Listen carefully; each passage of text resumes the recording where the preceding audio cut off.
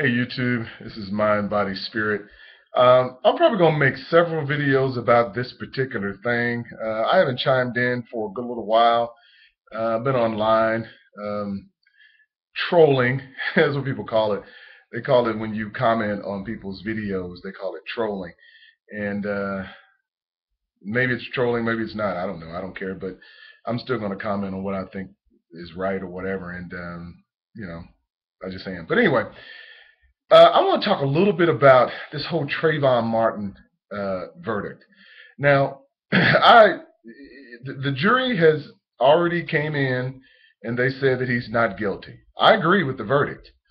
I agree that the jury did what they were supposed to do based upon the evidence that was given them. So I have no problem with the verdict of the jury.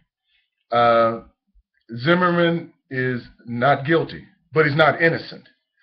And I think therein lies the key. Now, that's all I'm going to say really about the case, unless somebody drops a comment and they want me to talk more specifically about it. But I'm not going to talk about that. What I want to talk about is some of the online comments that I've gotten from people. Now, first of all, you have to understand something.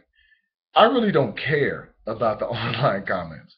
They don't affect me one way or the other, and they just don't bother me. But I want to address them for the people out there who are really interested in trying to change something. I want to explain something to white people that they just don't get. Now, let me say this again. I am not a Republican, and I am not a liberal by a political designation. I have many white friends, and all of them know this is my position. I don't hide it. I don't hide my face. Some of the comments that you get from a lot of these cowards online, they hide who they are. I don't hide from anybody because I'm not afraid of anybody. I want you to know exactly that it's me that's saying it, and I have no problem with you having a response or whatever, but, anything past that, I mean, I really don't care. But I want to explain something to white people that they don't understand. I've seen Tucker Carlson, Larry Elders, he was on Piers Morgan's show, and Armstrong Williams, and Tucker, he had some black guy on who wrote some book, I think it was called The Great Black Lie or something like that, and he had him on there. Now, I'm not here to bash any black conservative because I'm a libertarian, so I lean more to true conservative principles, true Republican principles, or what they call the old liberal back in the day. So I tend to lean toward those tendencies. I believe in free markets, which we do not have. This is corporatism. I believe in self-determination, which we do not have. There is such a thing called white privilege. And I'm going to do an entire video on that, and that may go a little while. But there's a lot of issues here. And I made one video that said there was a lot of conservatives who are racist, and they may not know it. Go back and check out that video, and you'll kind of see kind of along the lines that I'm talking about. But anyway, they got these three black guys, and there are many more. They're black conservatives, and I will not judge the intentions of their heart. Only God knows the intentions of people's heart. But this is what you have to understand. First, you have to be considered what's called an acceptable black person to white people. And my definition of an acceptable black person is a person who don't challenge white people in their position in regards to white privilege. And another component of an acceptable black male or black person is a person who has benefited financially for talking derogatory about black people. And that's both conservative and liberal. Now, the liberals, they do it another way, like a Jesse Jackson or Al Sharpton. They benefit off the lot of black people as well. But this one is talking specifically about conservatives. Now, what they do is they get on TV and they quote a lot of statistics. Now, if you are a thinking person, and if you know how to use inductive, deductive, and objective thinking, you realize that statistics are disjointed. They have to be contextual. You have to not just quote a statistic, you have to give analysis of what it means or what you believe it means. And you have to have counter positions so that you can dispel any dissension. You just can't make a point. Like, I could say most mass murderers are white.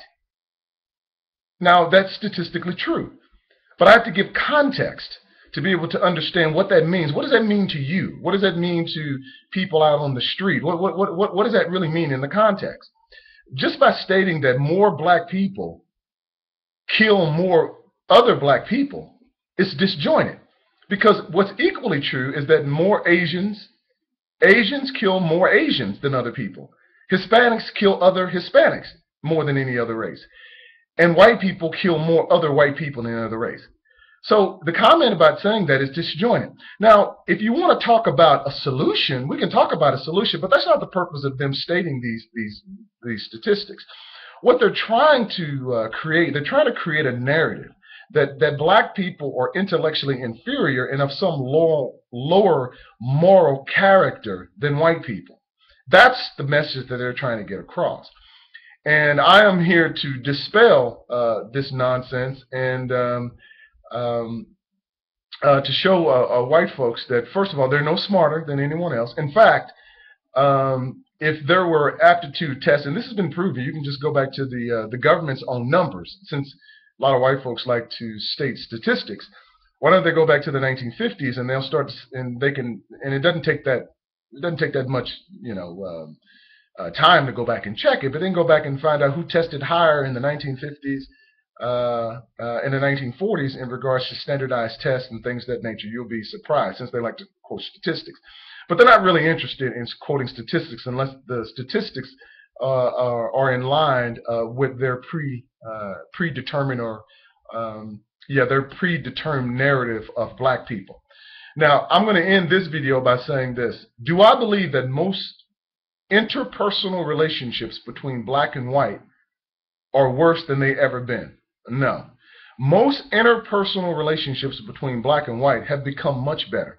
But what many white folks are trying to convince you of is that because interpersonal relationships created through voluntary interaction between whites and blacks, or whites and blacks, or any other race, somehow suggest that there is no such thing as institutionalized racism. And they couldn't be more wrong.